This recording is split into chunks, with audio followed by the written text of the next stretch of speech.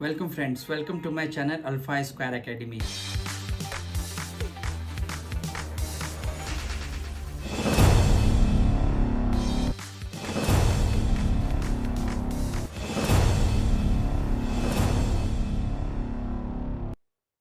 इस वीडियो में बात करेंगे मार्केट क्यों गिर रहा है, जो नए इन्वेस्टर उन्हें उन्हें क्या करना चाहिए और मार्केट कितना गिरेगा, क्या मैं पूरा पोर्टफोलियो को बेच के निकल जाऊं, पूरा डिटेल में बात करेंगे और मार्केट फॉल का रीज़न क्या है। सबसे पहले ये जानेंगे कि जो स्टॉक मार्केट में 40 लाख करोड़ का नुकसान हो चुका है 27 सितंबर से लेके 25 अक्टूबर, मतलब एक महीने में 40 लाख का करोड़ का नुकसान हो चुका है। सेंसेक्स जो डाउन है वो 6,500 डाउन है, निफ्टी जो डाउन है वो 2,100 डाउन है। तो सबसे अच्छी बात ये, जब मैं ये वीडियो बना रहा हूँ तो ऑलमोस्ट सेंसेक्स 1,000 पॉइंट अप है। तो ऑल सेक्टर्स डाउन हैं। सेंसेक्स देखेंगे तो 8% down, Nifty 8%, bank Nifty 7%, mid cap 9%, small cap 8%, auto index 14%, FMCG 11%, finance 6%, capital goods 13%, IT 3%, pharma 5% और मेटल भी 2.5% डाउन है। सारे सेक्टर्स रेड में।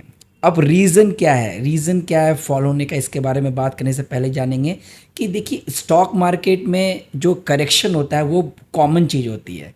ये पहली बार करेक्शन नहीं हुआ है और इस करेक्शन से जो नुकसान होती है वो नुकसान होती है रिटेल इन्वेस्टर्स और जो एचएनआई इन्वेस्टर्स को नुकसान होती है। एफआईएस को ज़्यादा नुकसान नहीं होती है और सबसे ज़्यादा नुकसान होती है स्मॉल इन्वेस्टर्स को। 4 जून 2024 में मार्केट जो डाउन था वो बाई 6% डाउन था, ठीक है, क्योंकि इलेक्शन रिजल्ट की वजह से डाउन था। तो उस समय 31 लाख करोड़ का नुकसान हुआ था। ये 23 मार्च 2020 मतलब कोविड के समय में सेंसेक्स डाउन था 13% और जो नुकसान हुआ था वो होता 14 लाख करोड़ का। अब आप बोलेंगे कि 13% डाउन था उस समय और सिर्फ और नुकसान हुआ 14 लाख करोड़ का, और अभी जो हुआ था 4 जून को इलेक्शन के समय में उसमें सिर्फ 6% डाउन था निफ्टी इंडेक्स और नुकसान कितना हुआ 31 लाख करोड़ का। तो 6% पे 31 लाख करोड़, 13% पे 14 लाख करोड़। तो जब कोविड के समय जो टोटल मार्केट की जो वैल्यू थी वो भी कम थी। कोविड के समय जो टोटल डीमेट अकाउंट थे वो कितने डीमेट अकाउंट थे, वो डीमेट अकाउंट थे आपके 4 करोड़। आज डीमेट अकाउंट कितने हैं, आज डीमेट अकाउंट 18 करोड़। उसमें कुछ डुप्लीकेट भी हो सकते हैं। तो बहुत सारे नए लोगों ने इन्वेस्टमेंट किया है आफ्टर कोविड। तो अब जानेंगे कि क्या है, फियर क्यों है, क्यों मार्केट डाउन है, मेन रीजंस क्या है। सबसे पहले वीडियो में आप ये देखने के लिए आए कि रिकवरी कब तक आ सकती है, सपोर्ट लेवल क्या है। देखिए मार्केट में सबसे बड़ा जो फॉल होने का रीज़न है वो रीज़न है ओवर वैल्यूड। देखिए जब भी मार्केट ओवर वैल्यूड होता है तो ओवर वैल्यूड जब कब होता है, जब मार्केट ओवर वैल्यूड होता गया, आप लेते जा रहे हैं, मार्केट ओवर वैल्यूड हो जाते हैं। स्मॉल कैप और मिड कैप में बहुत सारे स्टॉक है जो 100 के प्राइस टू अर्निंग रेशियो पर ट्रेड हो रही थी। जब मार्केट ओवर वैल्यूड होता है तो मार्केट अपने आप को करेक्ट करता है, और मार्केट ओवर वैल्यूड होता है तो क्या होता है, मार्केट ओवर वैल्यूड होता है तो आप प्रॉफिट बुकिंग भी करते हो। तो कब आप प्रॉफिट बुकिंग करते हैं, जब मार्केट ओवर वैल्यूड होता है, जब पीक पर होता है सबका, और प्रॉफिट बुक करना सबका हक है। तो एफआईएस जो है फॉरेन इंस्टीट्यूशनल इन्वेस्टर्स, वो भी प्रॉफिट बुकिंग कर रहे हैं। तो ऑब्वियसली लाजमी सी बात है ना, कॉमन बात है कि जब सबसे ऊपर रहेगा तभी तो आप प्रॉफिट बुकिंग करते हैं। तो एफआईएस प्रॉफिट बुकिंग कर रही है। तो बट एफआईएस के प्रॉफिट बुकिंग से मार्केट में इतना मतलब ड्रास्टिक फॉल कैसे आया, तो आपको समझना पड़ेगा। जो टोटल मार्केट कैप है, मैंने सब बनाया है डेटा, मैं आपके लिए तैयार करके रखा हूँ। तो जो टोटल मार्केट कैप है, आप देखेंगे कि टोटल इन्वेस्टमेंट जो इंडियन स्टॉक मार्केट में है वो है 55 मतलब 550 लाख करोड़। 550 लाख करोड़ का टोटल इन्वेस्टेड है इंडियन स्टॉक मार्केट में, जिसमें 18% एफआईएस होल्ड करती है। तो 18% मतलब अप्रॉक्स 100 लाख करोड़। तो जब 100 लाख करोड़, जब 18% एफ आई एस होल्ड करती है, तो एफ आई एस जब सेल करेगी तो मार्केट में करेक्शन तो आएगा। ये आप याद रखिए डेटा को। तो 18% और 100 लाख करोड़, तो एफ आई एस जब सेल करती है तो वो किस मतलब एफ आई एस के सेलिंग और डी आई एस में क्या फ़र्क होता है मैं आपको बताता हूँ। एफ आई एस की जो सेलिंग होती है ना, वो मार्केट खुलने से पहले अपने ब्रोकर को बोल देता है कि भाई इस प्राइस पे अभी लगा दो और मैं सेल कर दो मेरे को। डी आई एस वेट करती है प्राइस का कि ये प्राइस पे मुझे चाहिए लिमिट में, बट एफ आई एस नहीं करती है। तो जो total F I S registered है सेबी में वो है 8,735 एफ आई एस रजिस्टर्ड है सेबी के साथ। और ये एफ आई एस क्या होते हैं, ये एफ आई एस किसी भी कंट्री के हो सकते हैं, यूएस के हो सकते हैं। तो यूएस के जो एफ आई एस की जो इन्वेस्टमेंट वैल्यू है मतलब परसेंटेज टर्म्स, वो 34.53 है। तो यूएस के सबसे ज़्यादा एफ आई एस इन्वेस्टेड करते हैं इंडिया में, फॉलोड बाय लग्जमबर्ग के 11.51% है, कनाडा 7.49% है, मॉरिशस 6.87% है, आयरलैंड 5.8% है, यूके 5.47% है। अब रीज़न और क्या है? सेकेंड रीज़न है यूएस इलेक्शन। देखिए यूएस का इलेक्शन बहुत इंपॉर्टेंट है सारे कंट्री के लिए। यूएस की डायरेक्शंस को सारे कंट्री फॉलो करते हैं, मतलब स्टॉक मार्केट्स। तो यूएस का तो डायरेक्ट इम्पैक्ट इंडिया में होना ही है। तो जब इंडिया में भी इलेक्शन थी, कौन सी आएगी, बीजेपी आएगी, कांग्रेस आएगी, तो इसके वजह से भी मार्केट में काफ़ी मतलब नर्वस है मार्केट की यूएस इलेक्शन का रिजल्ट कौन आएगा। ठीक है, ख़राब गवर्नमेंट आती है तो कंपनियों को नुकसान होता है, एक रॉन्ग सेंटिमेंट बनता है मार्केट में। तो और थर्ड रीज़न है चाइना बाय और इंडिया सेल। तो बहुत सारे एफ आई एस चाइना में बाय करे क्योंकि चाइना ने स्टिमुलस पैकेज अनाउंस किया था ऑल ऑफ अ सडन अपनी इकोनॉमी को बूस्ट करने के लिए।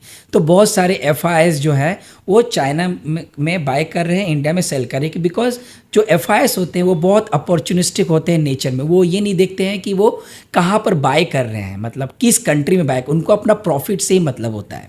किसी भी आप अगर किसी आपको कोई अच्छा स्टॉक मिल रहा है और आपको जहाँ प्रॉफिट बुकिंग हो सकता है आप उस स्टॉक को बाय करेंगे। तो एफ आई एस भी अपॉर्चुनिस्टिक है नेचर में।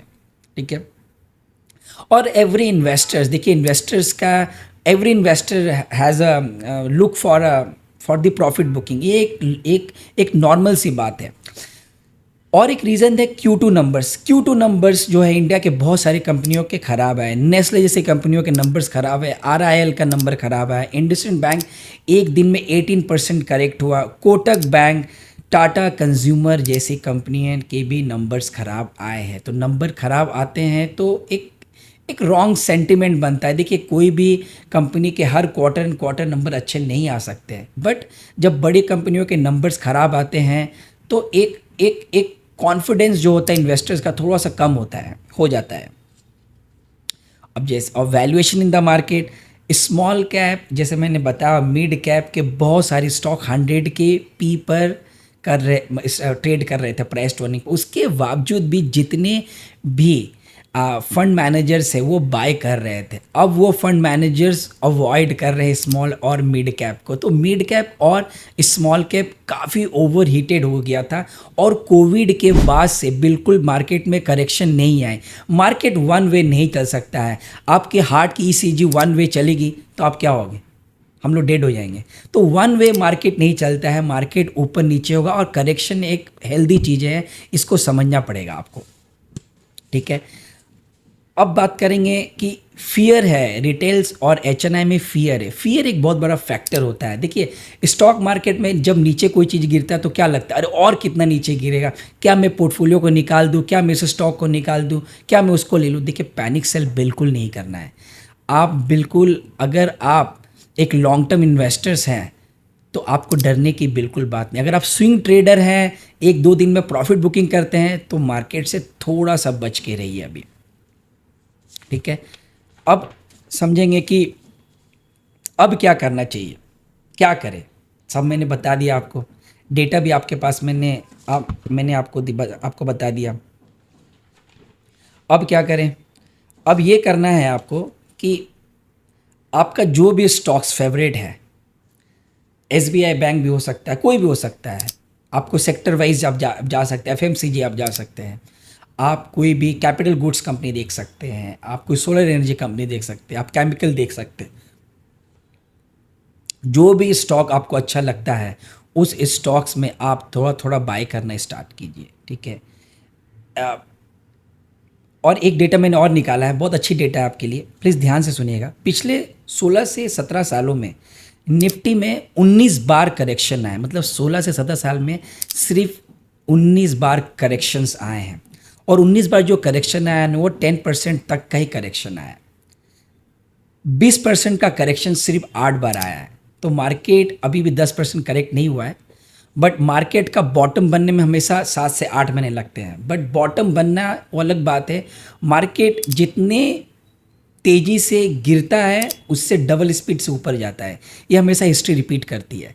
तो आपको जो भी स्टॉक अच्छा लगता है अपना पोर्टफोलियो को बिल्ड कीजिए, थोड़ा थोड़ा स्टैगर्ड वे ऑफ इन्वेस्टिंग कीजिए, सारा पैसा एक बार में मत लगाइए, चाहे कोई भी स्टॉक हो, क्योंकि थोड़ा चीज़ों को क्लैरिटी होने दीजिए। और मैं हमेशा एक बात बोलता हूँ, जब आप स्टॉक क्लैरिटी नहीं होती तब आप उसका अच्छा भाव मिलता है, क्योंकि जब स्टॉक की क्लैरिटी रहेगी तो आपको उसका भाव भी क्लैरिटी में ही देना पड़ेगा। तो अच्छे स्टॉक को आप रखिए। लॉन्ग टर्म इन्वेस्टमेंट करते हैं तो बिल्कुल अपना पोर्टफोलियो बिल्ड कीजिए। स्विंग ट्रेडिंग अगर करते हैं, ट्रेडिंग करते हैं, तो प्लीज़ थोड़ा सा संभल के चलिए। ये वो समय नहीं है कि आपने आज लिया कल मार्केट बढ़ गया।